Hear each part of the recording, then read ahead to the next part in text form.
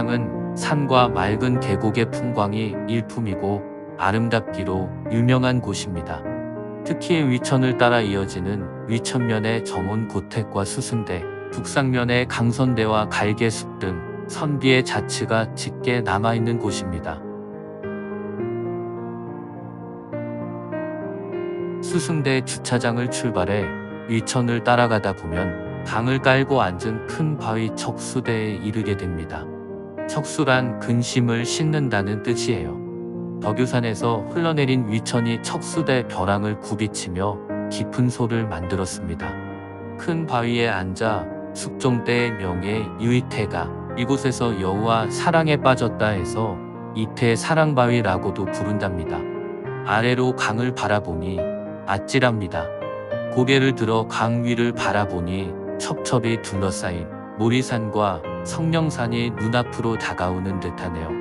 위천에 비친 나뭇가지는 본래의 모습을 뭉그려 수면에 수묵화를 그려놓습니다. 한동안 취한 듯 바라보며 이래서 근심을 놓는 척수대인가 싶네요. 능어정에 이르렀으나 문이 잠겨있어 들어가지 못하고 담장 방 먼발치에서 바라만 봅니다. 팔짝 지붕의 정면 3칸, 측면 2칸, 난간은 닭발 모양이네요. 정자가 구하해서 옛 주인의 성품을 짐작하게 합니다. 능어의 뜻이 헛된 명리를 업신여기는 것이니 선비의 도리를 말함일까요? 이곳은 조선 초기 확계 정우변이 은거하여 소일하던 곳입니다. 들어서는 입구가 풀로 덮여있고 안내의 글도 보이지 않아 찾아온 후인의 마음은 안타깝기만 하네요. 능어정을 나서서 동계 정원의 종택을 향하는 길에 대숲이 병풍처럼 뒤란을 감싼 고풍스러운 고택이 보입니다. 동계 정원의 후손으로 조선 헌종 때 영양향감을 지낸 야옹 정기필의 집인 반구원입니다. 스스로 자신을 되돌아보고 반성한다는 뜻으로 집 뒤 대나무와 그대로 한 몸인 듯 조화롭습니다. 과거에는 더 번성했겠으나 지금은 봄채와 사랑채만 남아 있습니다. 반구원을 지나 종택의 소슬대문 앞에 섰습니다. 이 종택은 조선 중기 때 문신 동계 정원이 태어난 집으로 후손들이 순조 20년에 다시 지었다고 합니다. 소슬대문에 걸린 편액 문관공 동계 정운지문을 지나 종택으로 들어섭니다. 기역 자형 사랑채가 눈앞에 들어오고 사랑채를 지나 안쪽으로 돌아가니 의자형 안채가 자리하고 있습니다. 그리고 안채 오른쪽으로 아래채 왼쪽에 곡간채가 있습니다. 안채의 뒤에는 정운을 모신 사당 등 사대부 종가의 모습을 고스란히 간직하고 있네요. 거창의 기후에 맞게 추위에 잘 견딜 수 있는 북부지방의 격진 모습과 따뜻한 남부지방의 특징인 높은 툇마루를 두어 두 지역의 특징적인 요소를 잘 조화시켜 놓은 듯합니다. 종택을 나와 동계 정운 선생이 모리제를 오가며 쉬었던 지석정에 도달했습니다. 지석정은 길 옆으로 작은 동산처럼 솟은 곳에 커다란 소나무 한 그루가 고고히 서 있고 바로 옆엔 큰 바위가 겹쳐서 놓여 있습니다. 뒤편 바위에는 사람들의 이름이 희미하게 새겨 있어 이곳을 지나던 선비들이 공명심에서 남겨놓은 게 아닐까 생각됩니다.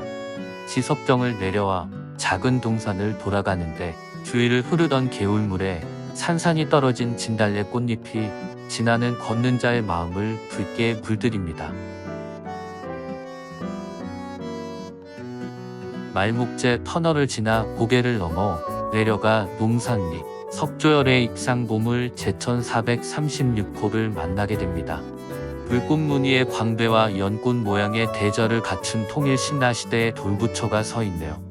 본디의 제자리의 바위에서 만들어지고 1300년을 한 곳에서 오랜 세월 있다 보니 거무튀튀하게 채색되어 시간의 풍상을 간직한 돌부처의 모습에 숙연해지기까지 합니다. 그러나 오랜 시간은 부처의 손이나 광배 등의 파손을 막을 수 없어 보여보는 내내 안타깝기만 하네요.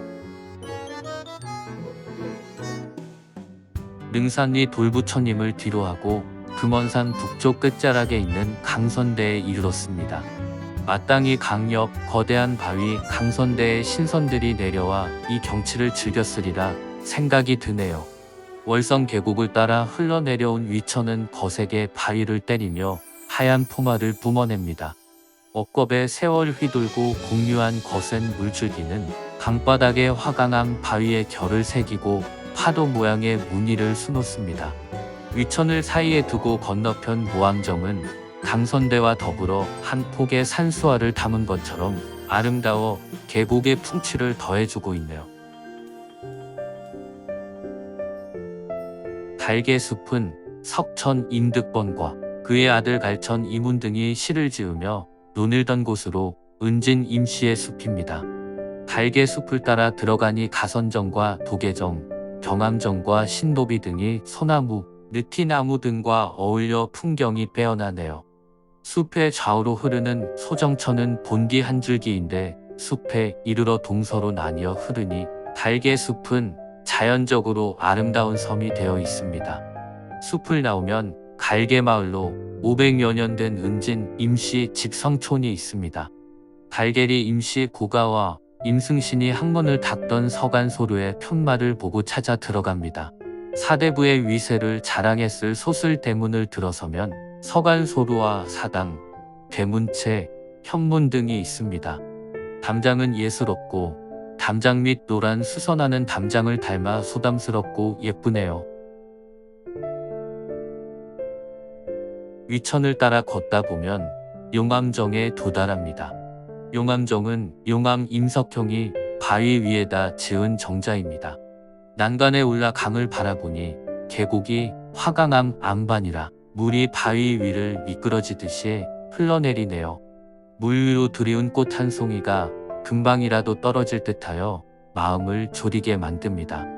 정자에는 편액이 동서남북으로 붙어 있는데 용암정, 반선원, 청원문, 화낙란이 걸려 있어 이상 세계에 살고픈 초탈한 선비의 마음을 엿볼 수 있습니다.